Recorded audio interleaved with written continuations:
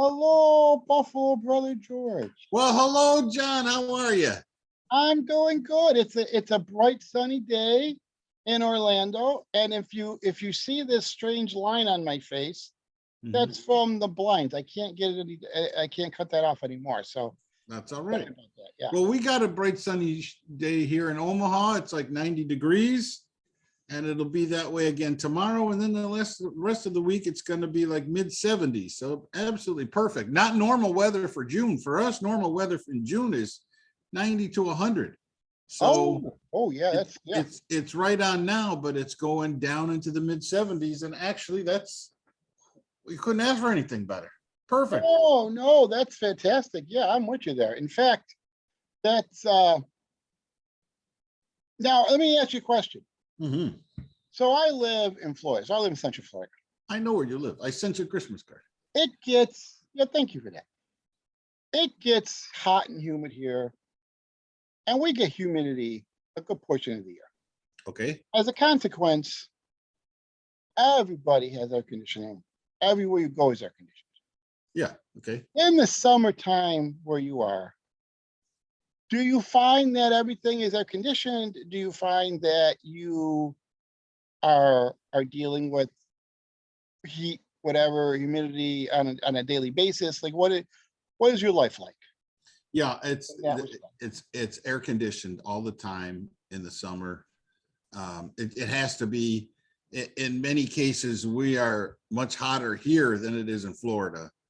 But the difference is the humidity. You know, where you are, it's like you open the door, it's like putting your head inside a wet oven. Yeah. Here, it's just hot. Yeah. So I think it's much worse to be 90 and humid than it is to be 104. I'd rather take the 104 here. Yeah, I've heard that before. I've heard that from other folks. The difference with Omaha is we could go from minus 15 in the winter to 110 in the summer. So there's huge ranges of temperature, as well as I've had it many times, and I've told you, I've had the furnace on one part of the day and the air conditioner another part of the day. So you just you don't know.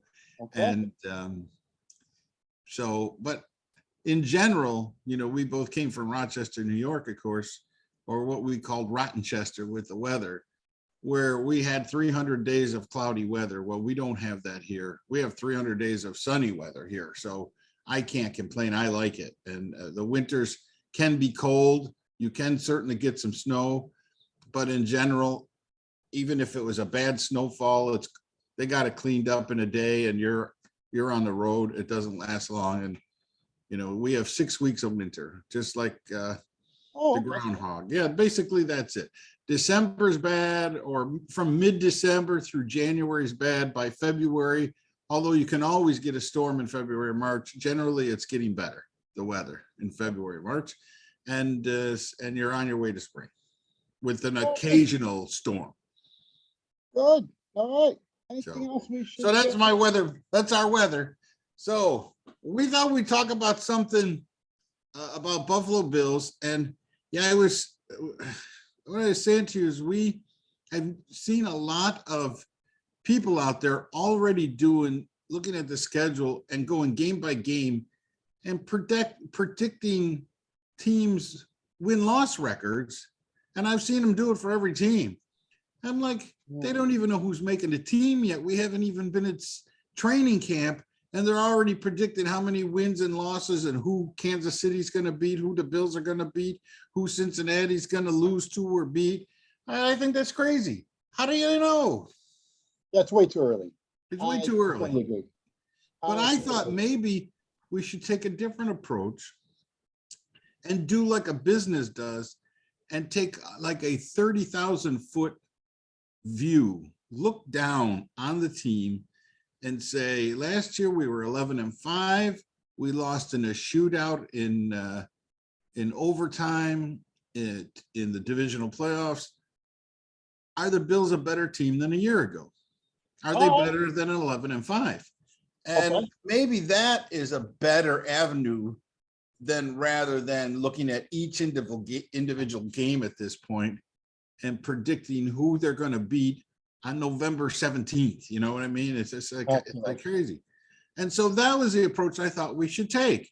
Do you have any opinions about how you would look at that? No, that sounds good. I agree. Going game by game right now is silly. Yeah. When you don't know, just on the Bills alone, you don't know if Trey White's starting the season or not. Mhm. You don't know, at this point, you don't know how many defensive linemen are gonna make the team, Mhm.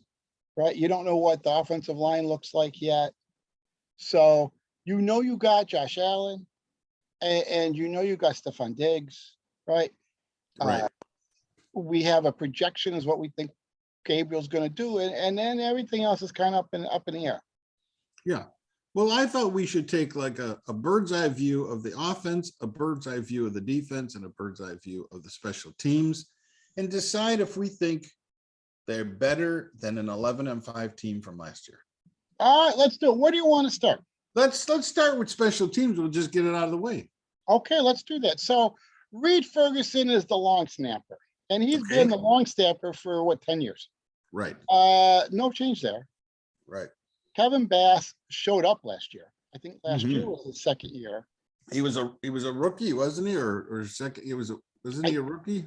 Well, in my head, I'm calling him a second year guy last year, but maybe I'm wrong. Maybe it was his rookie year.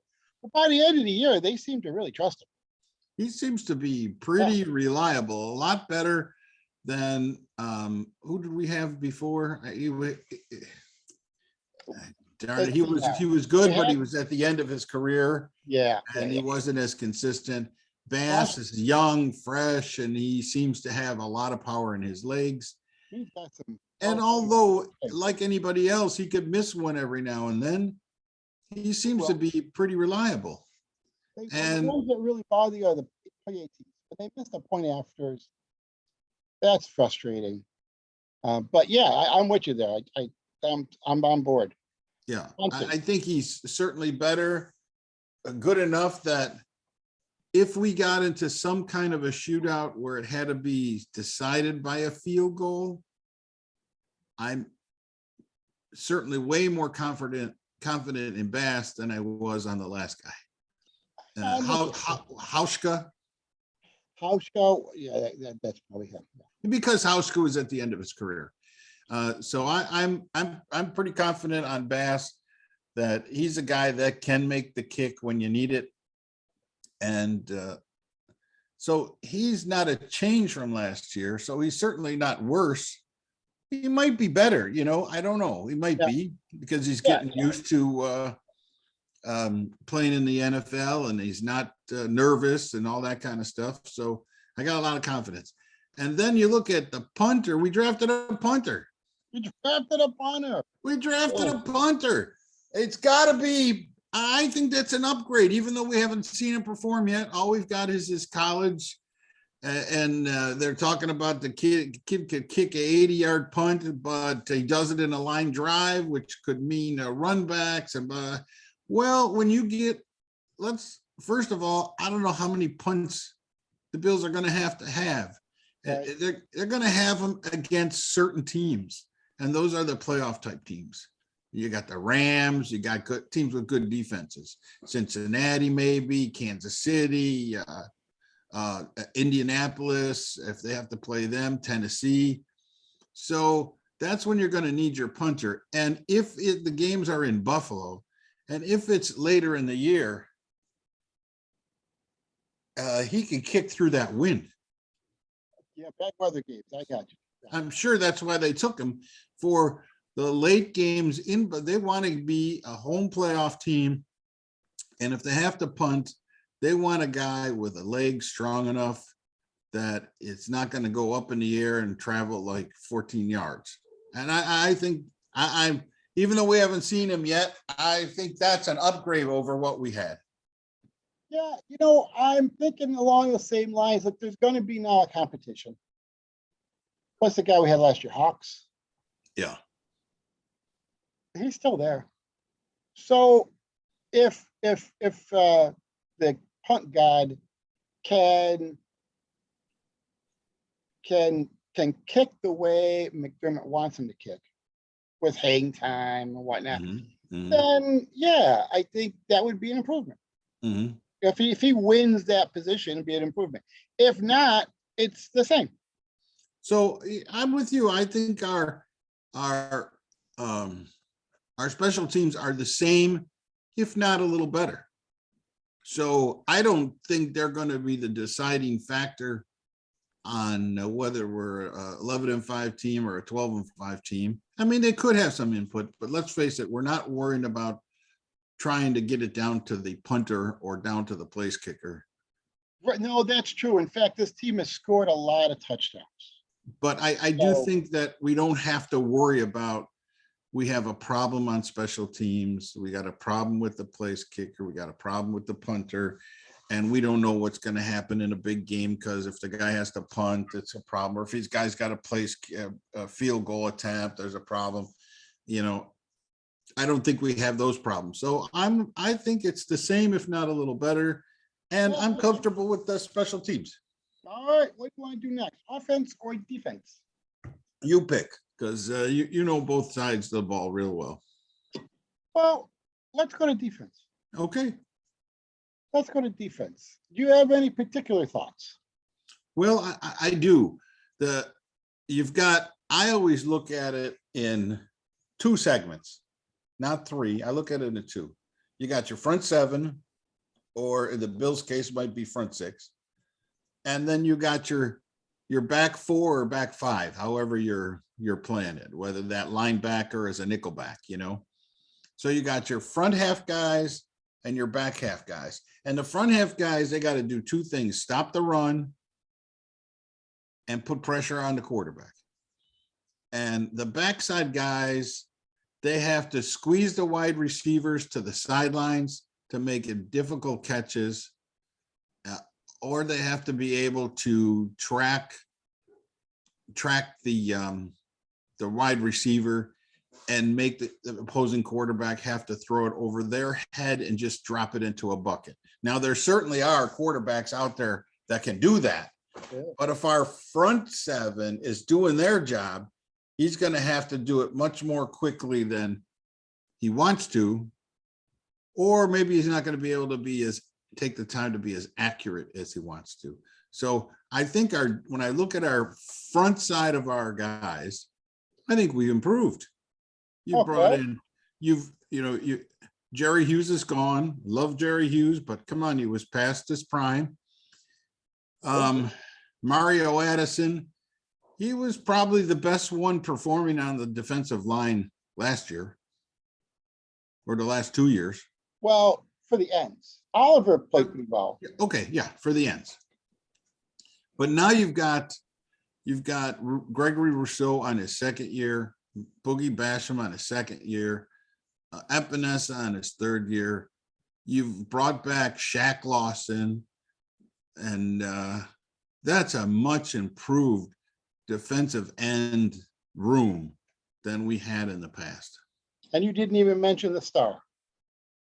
Who? Von Miller? Von Miller, yeah. Oh, I didn't mention him? Okay, yeah. So, and Von Miller. So, that does look I mean, that's a much better. I mean, I could see Von Miller getting around his guy quickly, rushing toward the quarterback, and having that quarterback scramble right into the arms of Gregory Rousseau, who's just going to knock the heck out of him, or into Shaq Lawson, who's just going to bury him. You know, Yeah. I can see that. And they're talking about Boogie Basham being in way better shape than he was last year, and he had an effect already last year.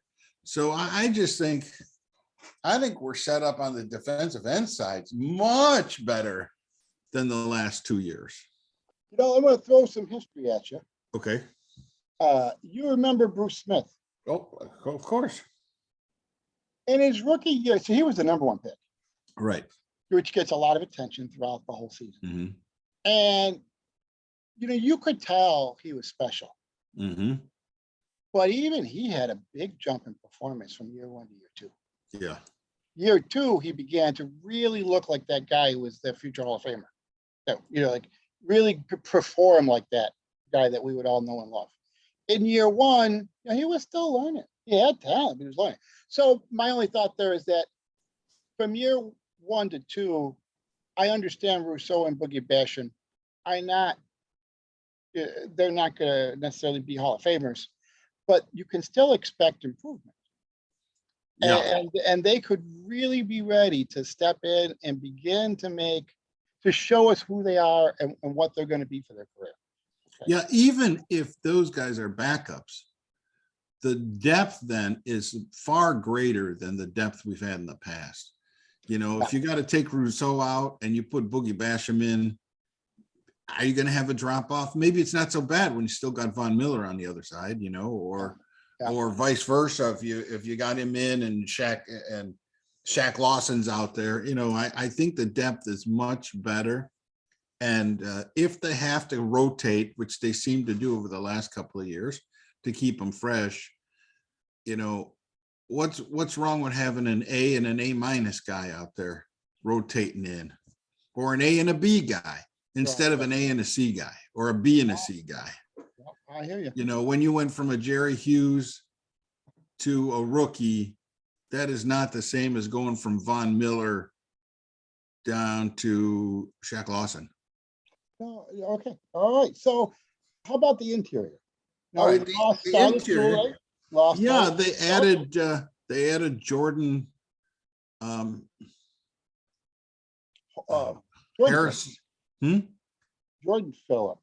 Jordan Phillips, right? And he's back again. And he made, on his last year here a couple of years ago, he was really making impact. Remember when Harrison Phillips went out and he came in? He did a great job and he earned himself a great contract when he went out. Now you're talking about him on the interior instead of a guy like who did we have on the interior last year? Well, Star. But we had Harrison Phillips, who wasn't the same after his injury. Got to him, yeah. Star Latulippe wasn't the same. And now you got Jordan Phillips back, still a young guy, still fresh legs. Mhm. And we've got some more on the interior as well. DeQuan. DeQuan Johnson? And Tim, not Safford. Now, hold on. I'll look real quick.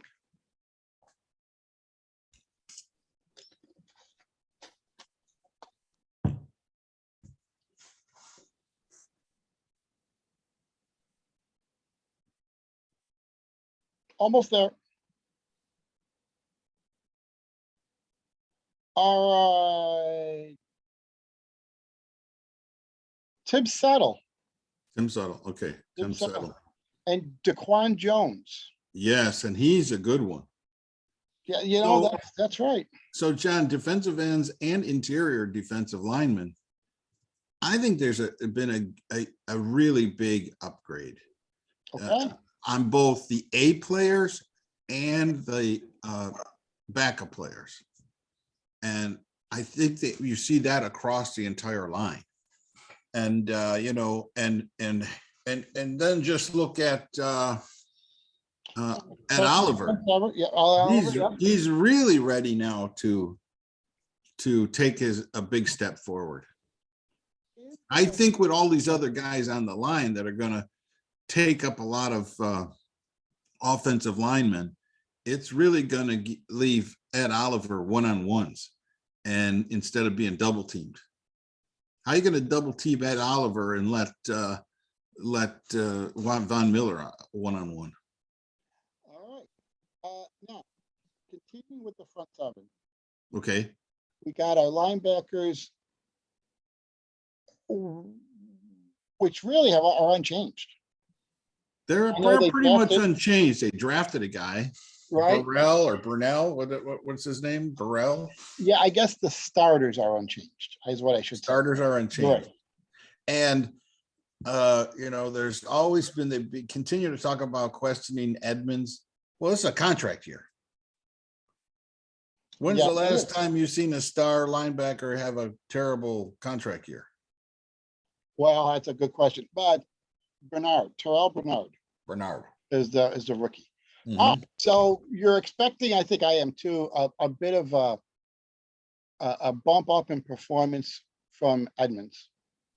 Even if he's the same, even if it's the same on our linebacker crew, we've made such a great performance on the front defensive line. I don't think guys can run on us as easy. Oh, that's fantastic. So the only thing I would throw at you there is, so the last 2 or 3 years, Edmonds, some, Milano quite a bit. There's been some injuries. Yes, They don't have AJ Klein backing them up now. right. So now we've got our rookie, we've got Dotson and is it Mekatavish? Mm-hmm. Uh, Matakevich.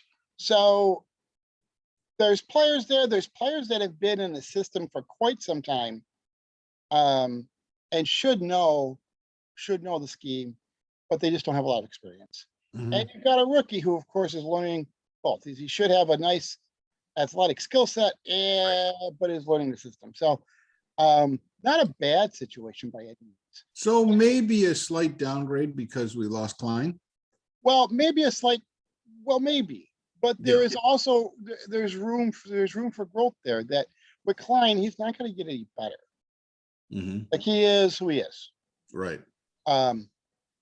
There's also that possibility that over the course of the season, if the more you have to use them, a Bernard could get better. A Dotson with some experience could play just fine starting off, play well starting off, and then even improve a little with a little experience and Mhm. the opportunity to see himself on tape and improve from that. So there's some. I'm willing to call it a draw. At You know, the like at it's the not at the linebacker linebacker. spot. It's a draw. Okay. Yeah, it's Yeah, I think that'd be fair. Even if you said a slight downgrade, I think that's okay at this point in the year. We're saying we lost a guy's veteran presence like Klein, but he wasn't going to give us any more than he did before. But now you may be relying on a rookie to come in and or a veteran with not too much experience. So I can understand, and I'm saying that the defensive line is so good that instead of putting out 4 defensive linemen, you could put out 5 defensive linemen. Oh, totally change their scheme. Okay, all right. Yeah. Well, that if giving Frazier more options is good, right? Mm-hmm. Yeah, giving Frazier more options is a good thing. Well, let's move on. We're running out of time here. Let's Okay, move let's- on to our safeties and defensive backs. All right. So if there's a crack in the armor right now, it's the safeties. Poyer is not showing up at the OTAs, and his buddy Hyde didn't show up at the OTAs, and they're saying he's probably in support of Poyer. And blah, blah. So is that going to be a problem? Well, we don't know yet. We don't know if he's going to show up for practices, Poyer, when it's mandatory. We just don't know any of that stuff yet. He wants another contract. He wants to be extended. If he doesn't get an extension, is he going to play poorly? Oh, I How's he wouldn't gonna- think so because he's still. I wouldn't think so. He's got to play for his next contract for somewhere. Right. So if there's a crack in the armor, that's where I see it. And then I see we picked up a rookie cornerback, Kair Elam. It's got to be. I think Levi Wallace did a good job and did the best that he could. And he earned himself a nice, $4, $5, $6 million contract, whatever it Comes off a was. nice little deal, right? And I think this kid is going to come out and start. And I think that at this point, we're kind of expecting Trey White to be back. They're saying that he's on pace for the start of the season. That's the last I heard from McDermott. So we'll see. Even if he's not there, then we'll see what happens. And then you need your safeties to really kick in. And that's why I'm saying the safeties could be the crack, because if Trey White is out, you really got to rely on the safeties. And if there's a crack in the armor, that's where it is. It's the safeties could make or break the defensive back situation right now. That's my take on it. Well, I'm actually a little different there. Okay. If Poyer ends up coming into camp and doesn't hold out, and we'll know middle of June when they do their next, because the next OTAs are not voluntary, they're mandatory. Mhm. So if he's there, then the safeties are unchanged, Mhm. right? And we could expect Right. the same level of performance we've been seeing out of them. There's a real possibility that Trey White could miss games at the beginning of the season. And that's where I see the crack. Mhm. Okay. I'm expecting, really, honestly, I'm expecting about equivalent performance from the new guy, the rookie, as we got from Levi Wallace last year. I expect him to get up to speed and be able to contribute game one. At least to a similar performance. They'll have different strengths and weaknesses, but a similar performance to a Levi Wallace. But on the other side of the field, you still have Dane Jackson playing for Trey White, and I think that's a problem. Well, let's start right from the very first game with the Rams. If Yeah. you're Matt Stafford, are you going to throw against Dane Jackson or the rookie Kaiir Elam? Well, game one, he probably is going to throw against anybody. Yeah. Yeah, he probably isn't going to care. Yeah. Unless Elam does something to show that he's a problem. He has, I'm sure he couldn't have any fear about throwing against Dane Jackson. Mhm. And then the other guy's a rookie. Let Cooper Kupp go take him to school.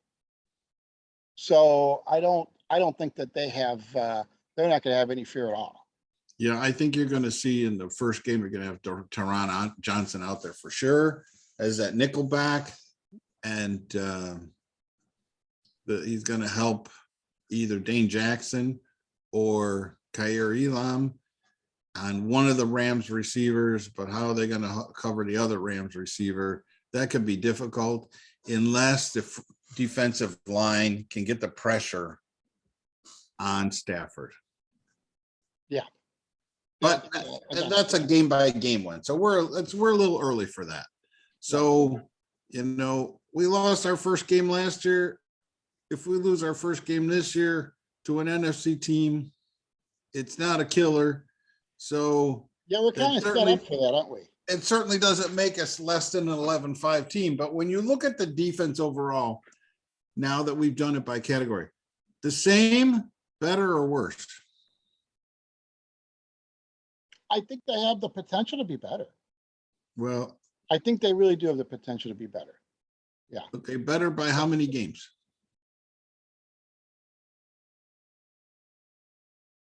I think the game. A game. I would say. Well, no, I would say game. Yeah, a game. I would say game, maybe two. Yeah, I'm saying a game. I mean, think of Without talking about our schedule. If we come up against a team like Jacksonville last year, we could only score 6 points. Could this defense hold them to under 6? Maybe. Well, can this defense do some takeaways and sacks, and we get even better position, and we can move the ball better? So I'm saying a game. So what about the offense? Well, I'll tell you what. We've only got a couple of minutes left. What do you say we do another video? Okay, I like that. We'll do an offense video. Okay. All right, folks. We hope you enjoyed this one. Look for a bird's eye view or a 30,000 feet view overview of the offense coming up very soon. Thank you very much. Bye, everybody. Bye.